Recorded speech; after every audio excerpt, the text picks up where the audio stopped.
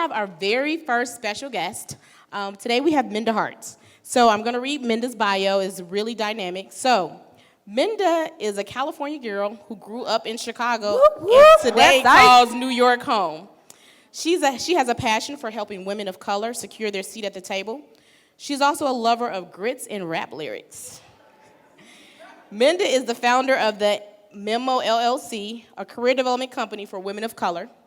She's an adjunct professor of public service at NYU, Robert F. Wagner Graduate School of Public Service. She's also a speaker who has conducted workshops and keynotes at corporations such as Bloomberg, Google, Time Inc., South by Southwest, the Campaign for Black Male Achievement, and the New York Public Library. She's also a part of different universities and colleges, including Western Illinois, NYU Stern, North Carolina A&T, and Cornell. Not only is she a professor, she's also a podcaster who invites you to join her weekly conversations with amazing featured guests in a growing community of professional women of color. And I want to say that's actually how we started. I was into podcasts, and I would share it with Aries, and we became like podcast and chill friends. So in addition to the above, Minda is also recently added author to her title, her debut book, The Memo. She's also a TEDx speaker recently. Go out there and check it out. Proceed with courage. Leaders can't be cautious. She's been featured in Forbes, CNBC, and Fast Company. Minda holds a bachelor's in communications and a master's in business administration. Let's welcome Minda to the panel. Woo! And Minda is going to read an excerpt from her book before we get started. Welcome, Minda. Thank you. Thank you all for coming. All right. Who's read the book? Anybody? Or reading the book? Okay, awesome. Thank you. So I'm going to read from a chapter called The Ugly Truths, and there's a section called Racial Growing Pain. So just to kind of kick us off and set the tone, okay? After college, I entered the workforce like most newly minted graduates, excited to be out on my own and prepared to live out my dream. But before I could live out the dream, I had to go through some racial growing pains that had me questioning my sanity and how long I could last working with white people. Not because I didn't like them, but because of the problematic stuff that came out of their mouths a few times a day.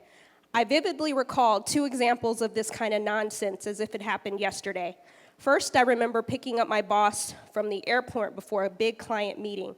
It was Sunday afternoon. I was wearing a summer dress, sandals, and a fresh manicure. The color was burnt orange. My boss and another colleague hopped into the rental car. About 10 minutes down the road, my boss jokes, "You people love bright colors." He laughed like it was comedy night at the Apollo. My other male colleague chimed in with his agreement. I will never understand how my nail color turned into a 15-minute conversation on how black people love bright colors. Mind you, this was from their limited perspective on us people. I laughed it off, despite being internally annoyed and thoroughly confused. I happen to like burnt orange. The last time I checked, Crayola didn't make a special edition of bright crayons for black people. I was too young and not well-versed enough to address my boss in a manner that would make this a teachable moment for him. I regret letting him get away with such a lame stereotype. Soon I began to think that this must be normal white workplace behavior because things like this came out of his mouth a few times a day. Perhaps if I had said something, he would never make another woman of color feel bad about her bright colors again. But I didn't know if I could. I didn't know if I should address occurrences like these. I would tell myself that he didn't mean any harm so that I could push through my workday and not internalize what he really meant, which was to make me feel different and ostracized. Women of color aren't encouraged to speak out on situations that involve race, and when we do, HR isn't the most welcoming.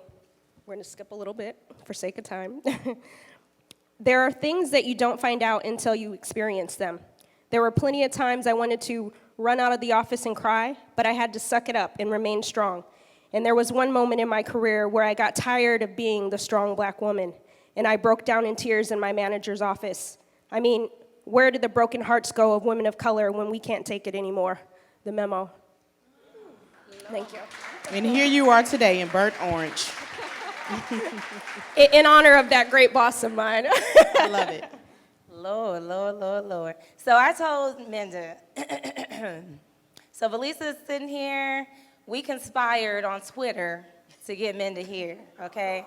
So after that event that Kim was telling you about, that the Black Women in Tech panel that we had, this is a large, thousands of people are at this conference, and the organization we're a part of does the Women in Tech Summit. It's a full day thing. And it took us 4 months to prepare because of the demographic is not used to this, okay? So we were trying to make sure we said the right words and we did not overly offend anybody. You know how that goes, right?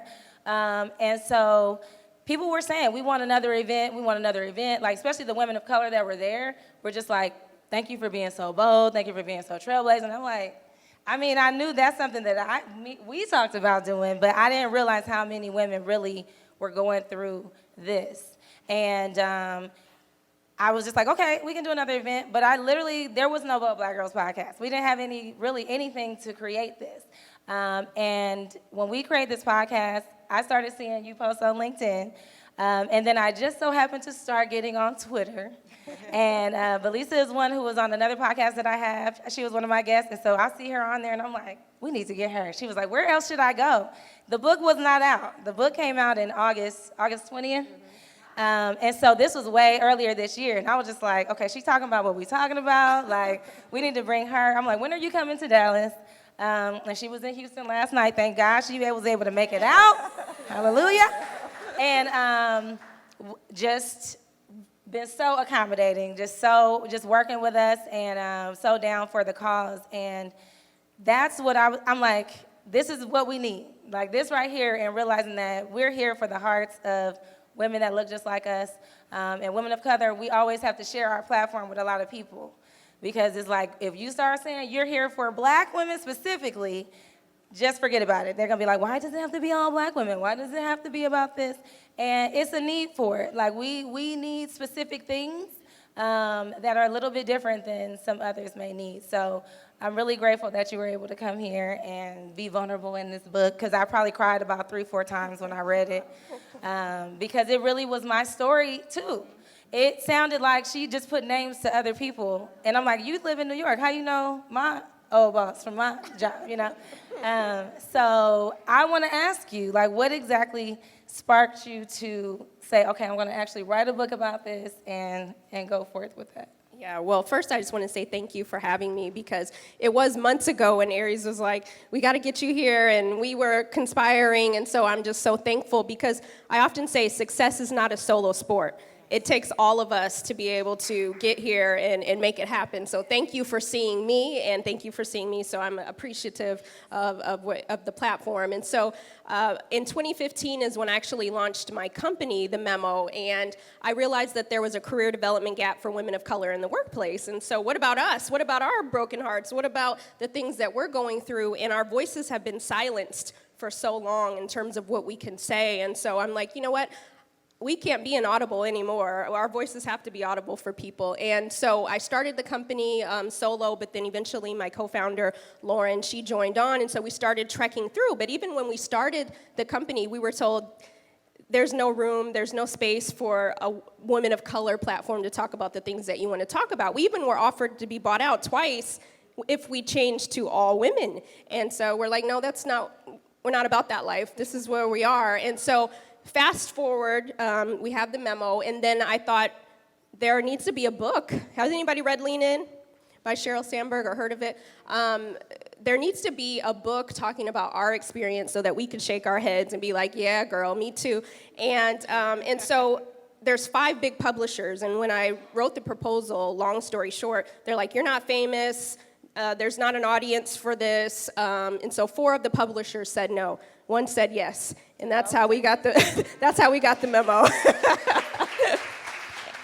Yeah, and so I lay it on the line.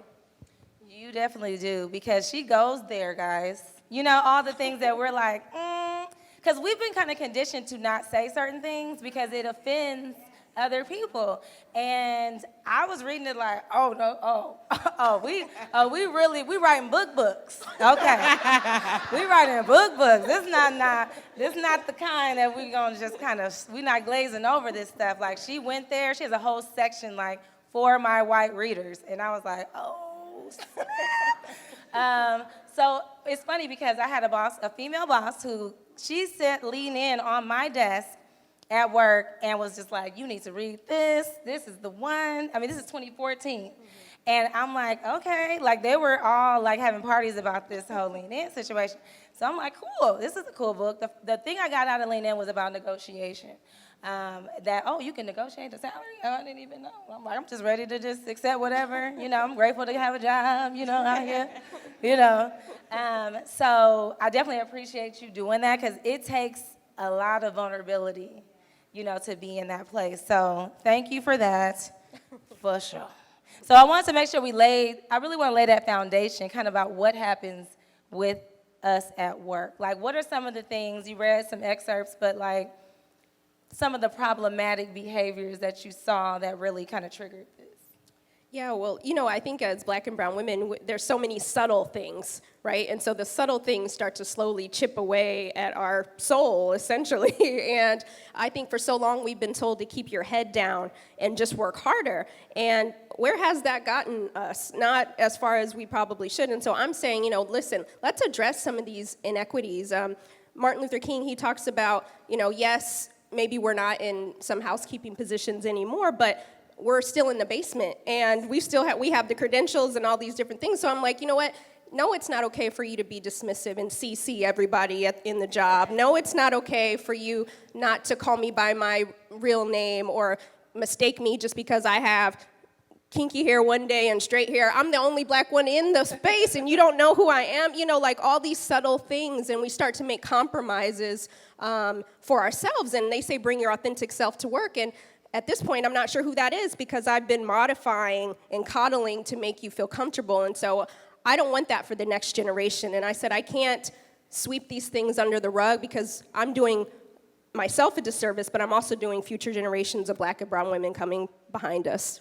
That's true, because I definitely have been mistaken for a couple people. At work, jobs that I worked for like 5 years, I'm like, for real? Y'all still calling us each other's name? We don't look alike at all. She got short hair, I got long hair, and then you're calling me this person's name. So that is definitely a common thing that Somehow happens. We know their names. We get it right every time. Even in college, though, like even here, like in Texas, I went to school at UTD, that was 10 years ago, 11 years ago, and there was only 3 Black women in the program, and literally they would call us all each other's name to the point where my white classmates, we made a joke out of it. We started calling ourselves, it was like a combination of all our names put together.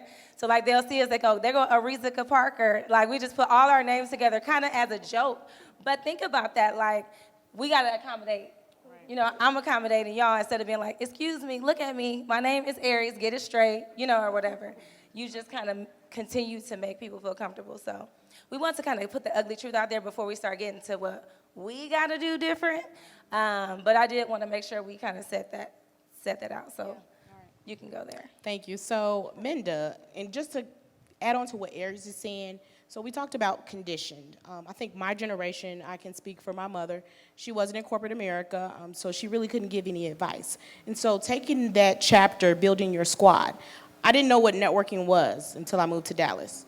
I didn't know the importance of networking. I didn't know how to network, and that's social capital. So that chapter, why is it important for us to not just network among ourselves as a sisterhood, but additionally, internally and externally to our corporations? Yeah, again, it goes back to that success is not a solo sport. We can work as hard as we want. We can come in as early as we want. We can leave as late as we want. But if we're not making the right strategic relationships with the people that we work with, then we're doing ourselves a disservice. And I think so long, again, we've just been doing our job. We go in, do our job, and leave. And so sometimes the Bobs and the Beckys, they're at happy hour, they're in the break room for the birthday parties, and we're still doing our job at our desk. And so things are happening in these conversations and these bubbles that we sometimes aren't privy to. And so I'm saying we got to come out the cube. We got to go to some of these events and let them know that we exist, because they're not thinking about us. We're not the obvious winners in their minds. And so we need to let them know this is what we're here to. We're a part of the conversation. And how I did get my seat at the table was going to those after work events, going to the the things that I did not want to do, right? And I realized it's not for them, it's for me. I'm working really hard, and I have to make these strategic relationships. And recently, at the Memo, we were doing some workshops, and we were talking about the power of networking. And this Fortune 500 company, they went through a reorganization, and they laid off a lot of people. And one woman said it was because I made connections in different departments that I was able to still be here. And she's like, I didn't even have the experience to go into this department. Because they remembered me, they said, come on, girl. And she was the only one that was still standing. And so the power of the network is from the top down. You never know who you're going to need. And I think as Black and brown women, we need to be a little more strategic with who we're putting on our squad and vice versa. Absolutely, and I would like just to piggyback off of that. One, we have an episode talking about networking, and Aries and I are known as the queen of networks. They have good wine and cheese at those networking events. I just want to let you all know that. Especially the ones with wine. Yes, and so I think when we started networking initially, that first networking event was a socialization. Well, okay, let's keep it real. A lot of times when there's a Black networking event, it's more social. It's not necessarily looked at as kind of like the profession. It's like we say we are Black professionals in Dallas. Y'all know everybody say that. Dallas has a lot of Black professionals, but we'll go and we're just kind of, it's not really professional per se, it's more social. So you're gonna have to step out of your box to go to some things that are more maybe in your industry. Yeah. Are you in technology? You need to go to some technology events that are not necessarily Black events. You go to all the events, because that's really how I'm at the Riveter right now is going to other events, making connections with different people who are associated with different companies. Like I said, you don't know who you're sitting next to, but you gotta go to different things. If you're in media, if you're in communications, there are industry meetups and events that you can go meet people. But it is also very important, like you just said, about doing the internal networking within your organizations. And I know sometimes we're so frustrated with what we're doing, you don't want to do nothing with these people no more. Like by the time 5 o'clock, you're like, I'm trying to leave at 4:30. You know what I'm saying? I don't even want, you want to talk about going to have drinks. I don't even want to be here, you know? But that's a part that we're going to have to work on. We got to work on sucking that up, just so that, I know we don't want to have to make people feel comfortable, but it does humanize you to your counterparts at work. They'll not look at you as the Black girl. They'll start supporting you as you, and they'll be like, oh, I didn't know that about you, or I learned something new about Black people because of you, or whatever. But it will help you as we're going forward. Yep. And I can say for me, I've been at my corporation for quite a long time, and networking has actually helped me to secure jobs. A guy that I met 15 years ago, he is now my boss. And I was just in Chicago making face, networking, when someone said, I'm not going networking. Well, I'm there networking and telling him that, I'm taking a book. I took a phrase from your book. I said, I'm taking a book from Rihanna. I want you to have my money. So there is absolutely value in networking, and it's been beneficial, not just professionally, but personally, because I've networked at the gym as well, because you never know who you're dancing next to. They might be a director. They might be hiring. You never know. My first press piece, and I write about this in the book, was Essence Magazine. And it wasn't because I pitched to them. I was at a networking event, and the woman sitting next to me, you know how you did the kind of church networking thing at the beginning? We introduced ourselves, and I said, I do work with women of color in the workplace. Didn't know what she just kind of said, I do some things. And so it was very vague. And then 6 months later, she reached out to me and was like, I'm doing this piece on workplace. And I remembered you told me, blah, blah, blah. And so you just never know who you're sitting next to. So don't count anybody out. Nobody. Mm-hmm. Excellent. So we have, and we're going to post something on our website, too, about some kind of tips on networking. After this event. So you can go there and find out some things because, as she said, we are the queens of networking. Okay, so I want to move into, you have a chapter that talks about office politics. And pretty much there are rules to the game. This is all a part of, the game is being played whether you're playing it or you getting played. One of the other. Either you know it and you know how to be strategic with it, or you just a pawn, kind of in it, being moved around. But the difference is the pawn can turn into the queen, if y'all know what y'all do. Hey. So anyway, okay, so in the book you talk about the GPS and kind of navigating office politics. And you talk about don't burn the bridge, don't be the office gossip, and managing your behavior. So as Black women, how can we remain, I want you to elaborate kind of on those three, but as Black women, how can we remain professional, but also remain authentic to who we are? Because like you said, we can't really bring our whole self for, they say that, I'll be like, y'all ain't really saying it. But elaborate on those for us. Yeah, so there are politics, right? There, as you said, there is a game being played, whether we want to be a part of it or not. We can be on the sideline or we could be in the game. And I think it's important if we want to be at the table. Again, if you want that seat, there's some things that we're going to have to do. And not to compromise who you are and your integrity, but staying, going to the happy hours, but then also understanding everyone at work is not your friend either, because sometimes we get to talking and we get to sharing and doing certain things, and certain people will use that against us. And so understanding, and since, you opened up the door for the Spirit to lead, using that discernment and knowing that, how to really understand and build relationships. And part of going out and understanding your colleagues is knowing who you can trust and who you can't, because you're not going to know that just going to the break room or making copies and getting paper at the printer. You need to know what's really going on. And so the other thing is who is going to be your champions at work? And that requires you making the right connections. And so oftentimes you hear people say, oh, it's, stop playing checkers, play chess. No, skip chess and go to Chinese game called Go. We're on next level, okay? We need to step it up, because the future of work will require us to be in these positions, and we're gonna have to do some things differently if we want to be at the head of the table and if we want to lead. And so I would encourage you, it's not for them. None of this is for them. This is all for us, and that's why we have to invest in ourselves, and you already get that because you're here tonight. But it's important that we understand that a game is being played, and if you want to be a part of it, then get the memo. So speaking of investing, as Black women, kind of elaborating on what Ari said, I wasn't taught to negotiate. I didn't know that I could negotiate my pay. I negotiate everything else, but I did negotiate my pay. So you have actually a chapter in the book, More Money, No Money, More Problems. And so recently we actually hosted an event back on August 22nd for Black Women's Equal Pay Day. Shout out to Jacqueline Twilley, who was in the office. She is the #1 bestseller on Amazon. Hey. Don't leave money on the table. And Minda actually shouts her out in the book. So Yes. Black women supporting other Black women. Hello. So just a recap, so we know that Black women essentially they had to work all of 2018 until August 22nd in 2019 to catch up with the white non-Hispanic men that earned what they earned in 2018 alone.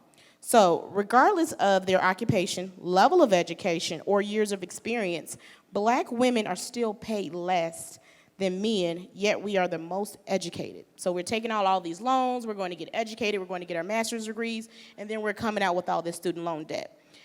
And we're unable to pay that student loan debt because we're not being paid. So do you have any suggestions on how do we secure the bag? How do we negotiate the pay? What should we do? Yeah, so we got to learn how to put some respect on our own check. Okay. And part of that is quantifying and knowing our worth, because for so long we've just been happy to get the job, happy to get the role, happy to get the check every 2 weeks, but there's other things outside of that. And if we are, again, the future of work, it's going to require us to make those asks that are uncomfortable, right? And so for me, I realized that there's an equation to this, and the part that we can control is the ask. We can't control what they might say, but we can control the research that we gather. Every state has an equal pay law, understanding your laws, having your research, coming correct with your manager. When you have those one-on-ones, don't let them, just because they don't have an agenda, you set the agenda. Make sure that there is something there, and you're asking. Every time we ask, we close that gap. And so there is money, but then there's stock options you can ask for. There's professional development you can ask for. I have one friend of mine, she negotiated, her husband lived in one city and she lived in another, and she negotiated a career coach, and she negotiated being able to fly back to see her husband on the weekends, okay? Now, we would think, oh, I would never, but why not? They might say no, but they might say yes. And so part of that is also, the other thing is talking about how much we make. I know we've grown up to be normalized to say, don't tell your business, but how will you know what I'm making, and how will I know that maybe I'm making less than you if we're not having some of these candid conversations? And so I think when we're at Bottomless Brunch with friends, we need to be talking about, hey girl, what are you making? Did you ask? And hold each other accountable, because the only way we're gonna get our money is if we keep asking for it. And not just me, but all of us. What would it look like as a collective if all of us Black and brown women are asking for what we're worth? Something that was just so eye-opening when we did the Black Women's Equal Pay Day event, someone said that, as Black people, let's just keep it real, Black mamas, we don't have an opinion as a child, okay? You don't really have an opinion. Your opinion is what I tell you your opinion is. And so I think some of that actually psychologically trains us to not ask for more, because either you ask for more, you ain't gonna get nothing. Okay, so now you're ungrateful. You be like, can I have a piece of candy? Okay, yeah. Okay, can I have two? Okay, so you being greedy. You don't want none. Now you ain't getting none, right? And I'm like, ooh, I never even thought of that. Go sit down somewhere. Right, And it's like, that could really be psychologically affecting us to be like, because I know I did not think about asking for any more money. I was just like so happy, whatever they gave me, I'm like, cool, got a little bit more here and there, whatever that number was. But it was 2007. I got a new job. I came to Texas working with AT&T. And I was making $43,500 a year. I was a single woman. I bought a home with that $43,000, okay? And so I was like, cool, I'm out here. We in Texas. I got a raise. I'm coming from California.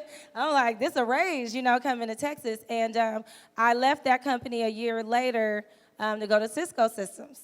I was going to UTD to get my MBA and all this. I'm like, I'm out here, doing something. And they offered me $63,000. So I was like, psh, bye, I'm out of here. I'm so happy, to get this $20,000 raise that I didn't realize until about 3 years later that I should have been getting $71,000. So that was a long time to be behind. So by the time that I realized it, I should have been making $85,000, right? So I'm like, you know what? I feel disrespected. Now I got to get up out of here, right? And so I left and went to another job. It was kind of a lateral move, but I just was like, let me move around a little bit. Well, the boss who hired me, the one who brought me here, ended up leaving AT&T and going to another company. And so he hit me up like, hey, are you on the market? Are you available? I said, yeah, if you can pay me $100,000. Because I'm like, I felt like that was where I should have been by now if I had been doing this the right way. And he was like, done. I was like, shoot, I should have asked for more. I still hadn't done the research, you know what I'm saying? But I was still feeling better about myself. But once I learned that, I literally negotiated everything. The last job I had a car allowance, cell phone allowance. That's probably why I got laid off, because I was too expensive. I got laid off, I was too expensive. I had worked them all the way down to the bottom.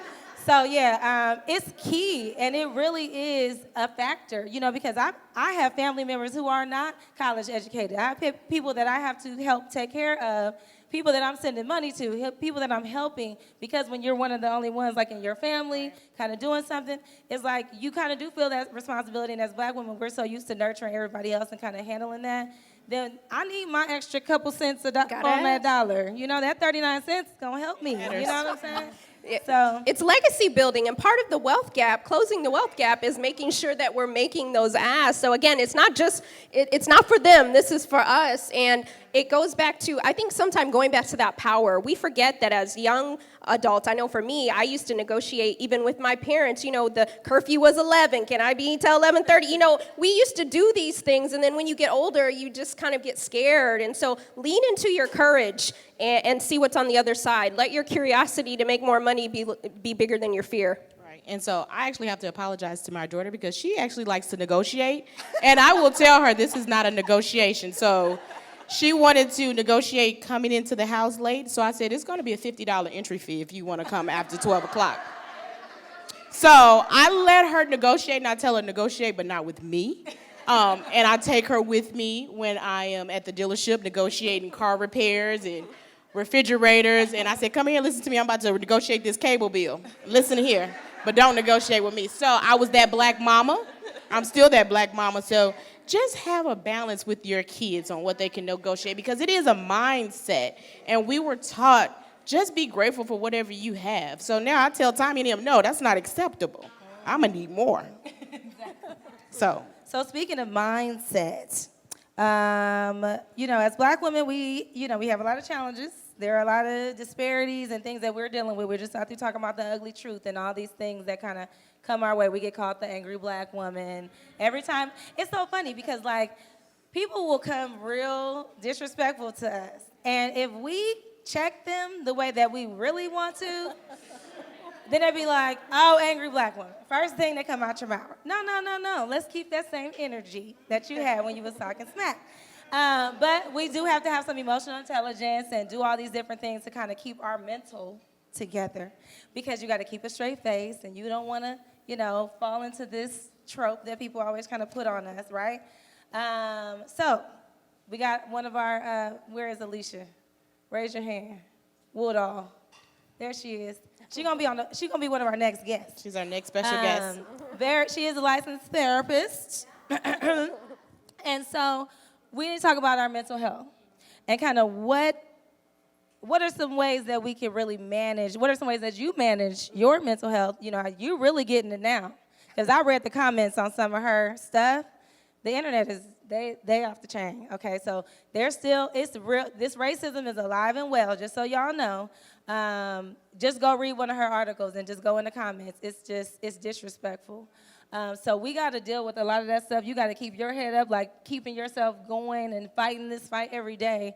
What are some things that you do kind of to keep yourself grounded? Yeah, thank you. There's going to be trolls. That's just what happens. But one of the things that I think about even writing the book, because people say, oh, you're race baiting, all these different things, but this book is for us, okay? This is for us. I'm not worried about what Bob has to say about it or anybody else, okay? This one is for us. And so Brene Brown said it best, don't pay attention to the people in the cheap seats, because the people in the cheap seats, they're not in the ring with us. Until they get in the ring, then we can talk about it, but you're in the cheap seats, so we're not even thinking about them. But one of the things that I do to kind of self-care is I realize the healing process.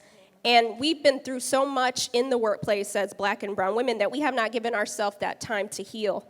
It's like Erykah Badu, she says, bag lady, when this happens, we put it in our bag. When this happens, put it in our bag. And we have to learn to pack light, because how can we enjoy our current money and our current seat at the table if we're still dealing with the pains and the heartbreaks of the past? Because if something happens, then we're like, oh, is that what happened to me before? Like that PTSD. And so I would ask you to give yourself permission to heal. Take that time to heal, because in order for us to fight this good fight, we need to be mentally, physically, and spiritually in alignment. So for me, I'm taking that time to make sure that when I see certain triggers, understanding what they are, first of all, and then addressing them and knowing that I have to speak on those things. And so the other thing is community, being in community and talking about it, because one of the really hard things that I write about in the book that really broke me down in the workplace, and it was something that I needed to talk about, was getting it out there. Because when I was going through this issue at work, this racial terror, I'll call it, as being one of the only ones, I kept it in. I didn't talk to anybody about it because I had moved from one coast to another coast, and so I was making all this money, and I didn't want to talk to my family. I didn't want to admit that this wasn't the place for me, right? So I took all of this on by myself. I never said anything, and I did myself a disservice not talking about it. And so another part of that is having these candid conversations. So thank you for the platform of the Bold Black Girls, because we need to have these conversations so that you're not alone. We don't have to suffer in isolation. And so give yourself that time to find out what works for you. And maybe it's therapy, maybe it's church, maybe it's just I met somebody tonight, meditation, whatever it is, find it. Because in order for us to be sustainable, you could get your seat, but if you're all broke down when you get there, then you can't be your best. And so find those ways to heal. Look, for me, it's all of the above. You just said yoga, meditation, church, all of that, therapy, all of that. Because it's real. I mean, and for me, I had a lot of imposter syndrome in different ways because I think when I was young and kind of just going to school, school for me was an outlet. Like, I grew up in the hood of the hoods, okay? So I literally felt some imposter syndrome just from not being able to speak as articulate, as other people. I would read books out loud just so I could sound professional and do different things because everybody from where I'm from is the real country. And so, like, I say words a certain way and I talk a certain way, and I would kind of feel like, I'm not doing with other people. I didn't go to Howard. I'm not in a sorority. It was a certain things that I just was like, oh, when I started looking at other people, I'm like, okay, I'm not there, but I knew I was smart. I felt like, I'm like, shoot, I can do anything. I really felt like anything that you put it in front of me, I can do it. Like, especially if you train and, I'm like, well, hell, I can do that. And I went into the workplace so eager, and really just like ready to take on the world. And then you come into a place like, I didn't know that it was like that. This is my mom sitting right here on the front row. Hey, Mom. And, so for me, it's like, I did not have the training. Like, what you're giving right now is exactly the book I would have needed coming out of college to learn, like, what to do, right? And so the imposter syndrome can happen when you're going through the workplace and you're doing all this stuff, and then I start feeling like, maybe I'm not as smart as I thought I was, So let's talk a little bit about imposter syndrome. Like, you talked about that a little bit in the book. Can you elaborate a little bit more on people who may not know what the term is, but they know what it is? Right. Well, you articulated it so well. I'm articulate. But it is that chipping away, because when we enter spaces where you are the only one, you start to question yourself because you're exposed to some of these different situations that you hadn't been in before, and so you're like, wait.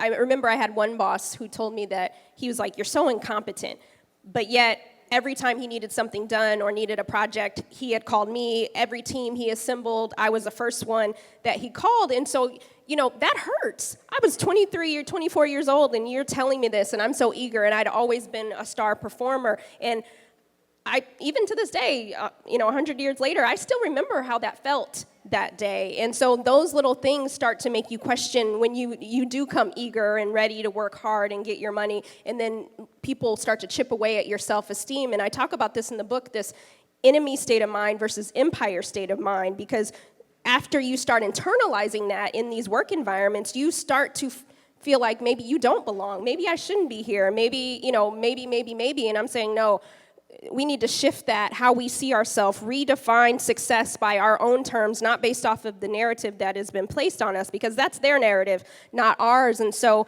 part of this success and securing your seat, maybe you don't want to be in a leadership role, but you want to thrive in the workplace. You don't want to just survive. And we need to figure out, again, part of that healing is dealing with it. But what I realized was I had to, even regardless of what people might have said to me, the incompetent or whatever have you, I had to make sure that I was right within. Lauryn Hill said, how you gonna win when you ain't right within? Come again, okay? And so I had to get right with me, and part of that was going to therapy, because I realized that I wasn't like some of my coworkers. They had the second home in Aspen. They were going, I didn't have a passport yet, and so I was questioning all of these things, and, I didn't know what fork to use at first at the big, meeting, and so you start to internalize all these things, and you think, again, something's wrong with you, but again, nothing is wrong with us. We shouldn't lean into that imposter syndrome, because our ancestors have paved the way. The inheritance is the seat that we're in right now, and we have to own it, okay? We have to own it. So let's denounce it. Even when we feel it, we got to denounce it, because too many people have come before us so that we could be in this space. What we're doing right now, having these conversations, it's a privilege, because our ancestors were not able to speak on it. So we gotta just dismiss that and move on. Speaking Sorry. of seats. You gave me the spirit of preach right now. Sorry. Yes. No, I'm here. Look, you get started, don't play. We'll run around this whole room. So in your book, this was a challenging chapter. You entitled it, No More Passes for White Readers. So what are some ways white women and men and women can become better success partners? I know we have challenges in the workplace, and we know we have to do the work on our part. We're doing the work. We've done the work. We continue to do the work. But what can they do for us? Yeah, so that's a great question. I mean, so some of it is what can we do to invest in ourselves, yes, but then the other part of it is this systemic racism that's going on in the work, this institutional racism. And so this is something that they've been placing on us, and I call it out, the things from how we wear our hair, what name we use on a resume, to those micro and macro aggressions that they might say to us. Oh, I know one person that I read about in the book, they told me on the road, why don't you wear your pretty hair next week? Your pretty hair. And then another woman told me that a friend of a friend, she had been working at this company for 5 to 7 years or something like that, and she was the only black woman there, and they could never remember her name. The CEO asked her to wear a name tag. And so I had to talk about no more passes. You don't get to just treat us any kind of way in the workplace. The things that you're saying are offensive, they're downright disrespectful, and I don't want you to keep telling me I'm articulate. I'm born and raised in the United States of America. How else do you want me to sound? You're treating us like second-class citizens all the time. And how many times have you been at Target or something, and some white person came up and asked you, "Can you help me find the tissue paper?" or some crap like that. That just happened to me at Macy's. I know you think we're here to serve you in many ways, but that's not what we're here to do. And so I'm just letting you know that we have dreams, we have names, we have aspirations, and in order for us to get past it, you have to see us as humans and individual beings. And so I'm just not here for the nonsense anymore. No more passes. Okay, no more hall passes. Listen, on the nonsense. Minda is fed up. Okay, when you read this book, you're like, oh no, she's done. She's done. Like, it's time to just, whatever happens at this point, it's kind of like, it's what happens. And I know that feeling, because it is like, you get to that point, you're like, you know what? And just not trying. Yeah, like, I got that thing in me. I think I kind of got that, like, it's a little fight in there, So it's like, sometimes I just be like, I can't take it no more. Like, I got to say something. And what I have learned, though, is how to say something and not be all, I'm not rolling my neck, I will hey, let's have a lunch. And I'm taking you to lunch. I just did this, what was that, 2 months ago? 2 months ago. 2 months ago. We had an incident. And we had an incident where a person was disrespectful to one of my speakers, who was a black woman. And I was like, oh, no, see, Now, see, I can take certain stuff. But when I feel like you're being disrespectful to somebody else, I'm like, see, now I got to take up, because I am an Aries. And I am a protector. Hey, Aries in the house. Woo, woo. Hey. But I'm a protector like that. So it's like, I kind of feel like once you kind of come in this space, like, now I got to, make sure. So take a lady to lunch, So tell me what happened that day, right? And she's just not even knowing that she's about to get in, So she's like, oh, no, this is what happened. She gets to backpedaling real quick, because she knew once I asked the question, you knew you was out of pocket. And so she got to do it, and I was just like, hey, well, let me just educate you on a better way, that you could approach the situation. Or I also told her, let me educate you a little bit about black women. And really, our history here in this country really takes that's a whole nother podcast. But you guys should go and listen to New York Times is doing the 1619. This is the 400th year commemorating when the first enslaved Africans came to America. They are really trying hard. They have tried, and they have succeeded in trying to erase our history. And so to educate ourselves, we have to actively go and look for this information. It's not going to be readily available. So go do that. But because of a lot of that history, what you see right now is based off of that. And so we just got to be a little bit more strategic in how we correct people, because just like what you said, I go back, I'll be like, ooh, I should have said something. Because we internalize that. We'll sit all day with it, like, oh, I should have said something. And I'm not saying get up on the table and be like, Becky, and make a scene, but there are ways, like you said, to go about it and have the conversation. But I'm saying let's start putting ourselves first and let them know, because many white men and women have read the book, and they said, it was a hard read, but it was an important read, because I didn't know that I was doing some of these things. And because sometimes we haven't told them, right? And so we think by now we would hope they would sometimes get it, but you have to write it very clear to them, and so they're very happy that those who have read the book. So it's important that they understand the experiences, and I'm glad that you pulled your colleague to the side. Because I think the first step into kind of anti-racism education for white people who are listening to this podcast is to be uncomfortable. It's not going to it's not going to be comfortable. That's kind of what was the point of the panel we did earlier this year. I said that in the beginning. I was like, you're going to feel uncomfortable. But trust me, we're going to bring you back. We'll bring you back at the end. Because you do have to humanize this thing. And we're uncomfortable all the time. But we just started. Every day. We used to this. I'm used to being the only one, especially in technology. Yes. Like, it's me and Kim. Everybody know me and Kim. We come in there. Even the white ladies, they'll be like, oh, are y'all attached at the hip? We're like, yep, we are. Hello, we're here, So anyways, but yes, I agree. Yeah, and it's how you say things, too. I know I have a couple of friends, like my top 5, I call, girl, did you know what she just said? Or I had to go for a walk. Aries called me. I'm like, okay, calm down. Have that tribe or that person that you can call to bounce those ideas off on what to say and how to say it, because you don't want to get in trouble with Tommy and them. We need our good jobs. We like brunch, right? And our kids have to be in those activities. So so you have to call on your sister and your tribe to get that advice. So, Minda, you have a call to action. I'm kind of wrapping up the podcast. We want to reflect on what is the call to action for us and for our, we said allies? Success partners. Success partners. Yeah. Can you break down what our call to action is? What can we continue to do? Yeah. Start, stop? Right. So for our allies that are listening and in the room, I think it's important that we shift from allyship, just the word allyship, into action, because most people are just putting the badge on without having any receipts, no tangible examples of what allyship truly looks like. So what does it look like when we partner together on this road to success? And we can do that for each other even. And so if you're a man listening, how do you elevate the women that you work with, the black women?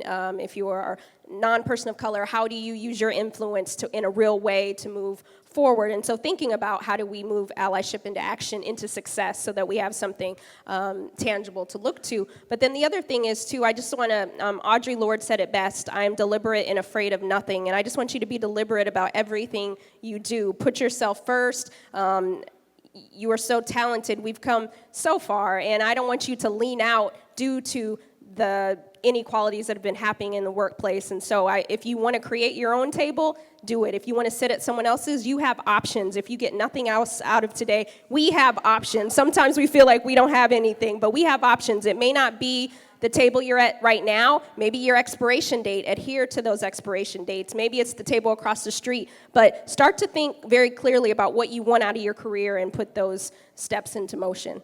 What about for the success partners? Are there things that they can do to kind of activate at their workplace, or are people who are supporting women of color and they want to say, how can I help? How can I use my voice? Or right. Well, one way, put your money where your mouth is. So if you do the Bold Black Girls need a sponsor?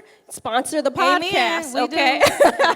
Hello. Sponsor the podcast. But also too, if you have leadership roles in your organization, make sure that you're hiring, or we're at least in the interview process. We can't be at the table if we're not even in the interview process. So make sure that when you're hiring, that you have a very diverse slate of people that you're hiring for. And then if there is an open position, and let's not forget about the women of color that are working in your companies, advancing them. So how do we retain and advance the people who are there? And so use your influence to do that. And so like one gentleman that I met tonight, I'm not sure where you are, but he was talking to me. He said, I came tonight because I want to see more women like you in these corporate roles and getting these big corporate speaking contracts. And he gave me the card. And that's how we advance. That's how we can be success partners.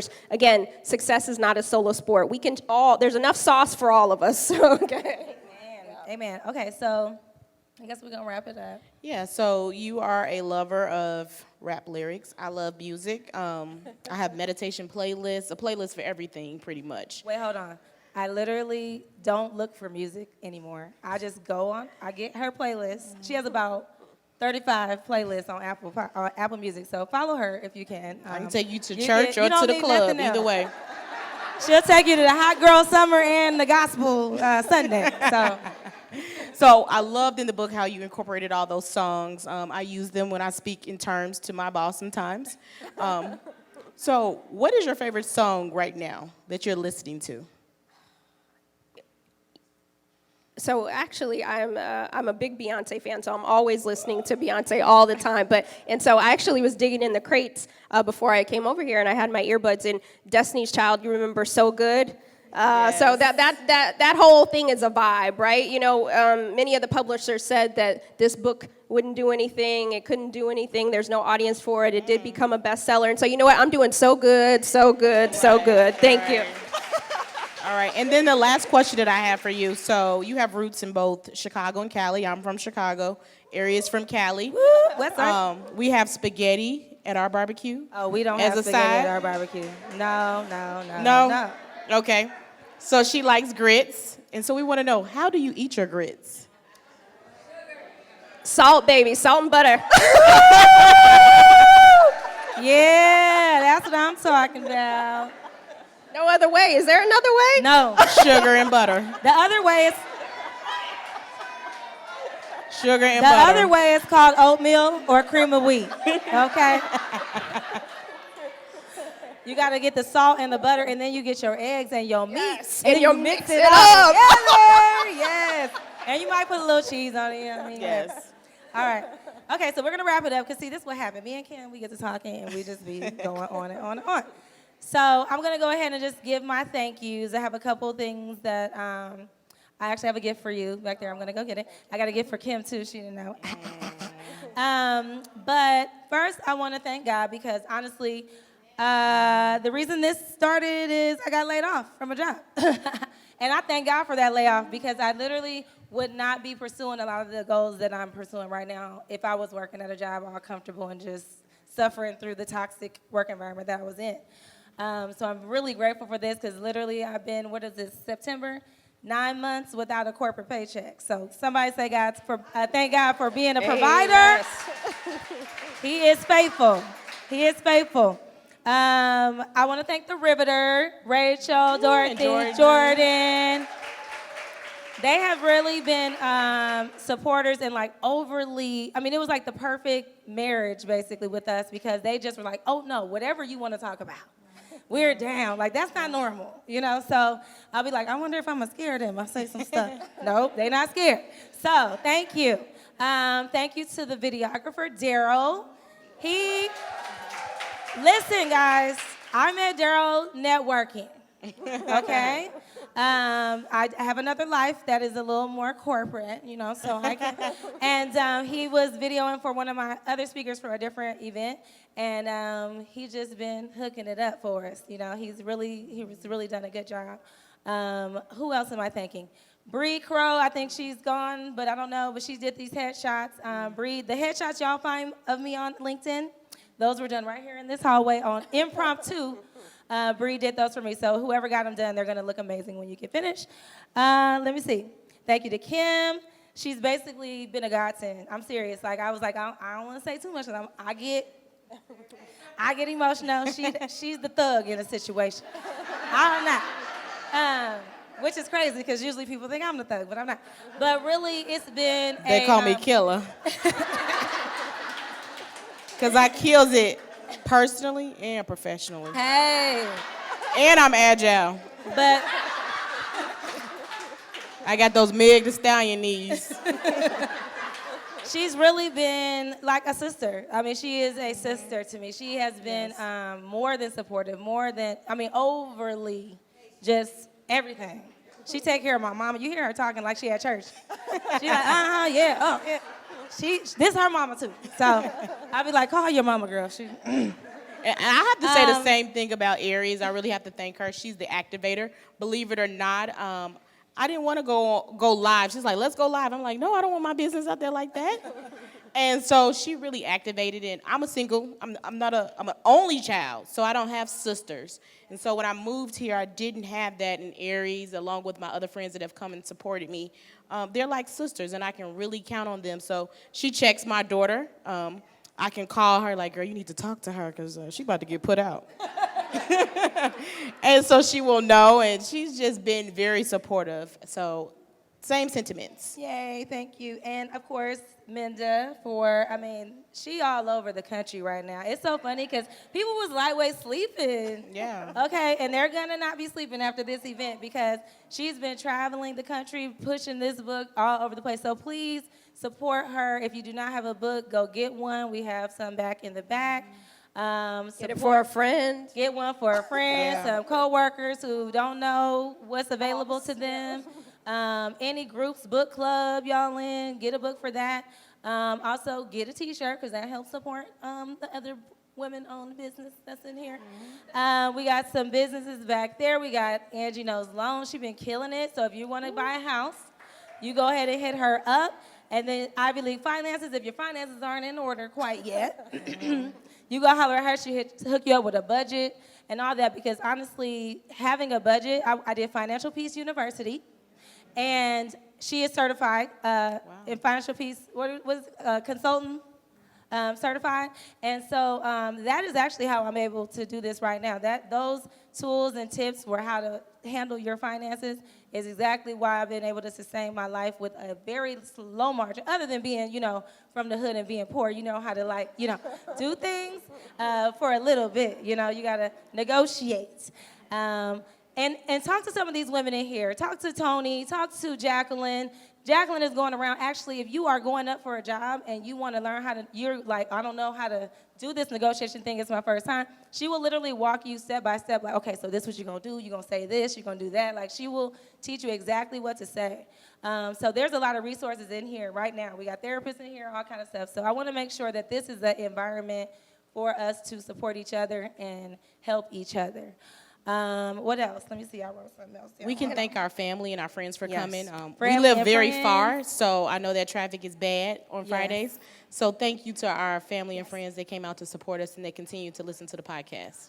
Okay. Can I acknowledge some family that came? Yes. My cousin and aunt, thank you so much for showing up. I appreciate you being here. Thank you.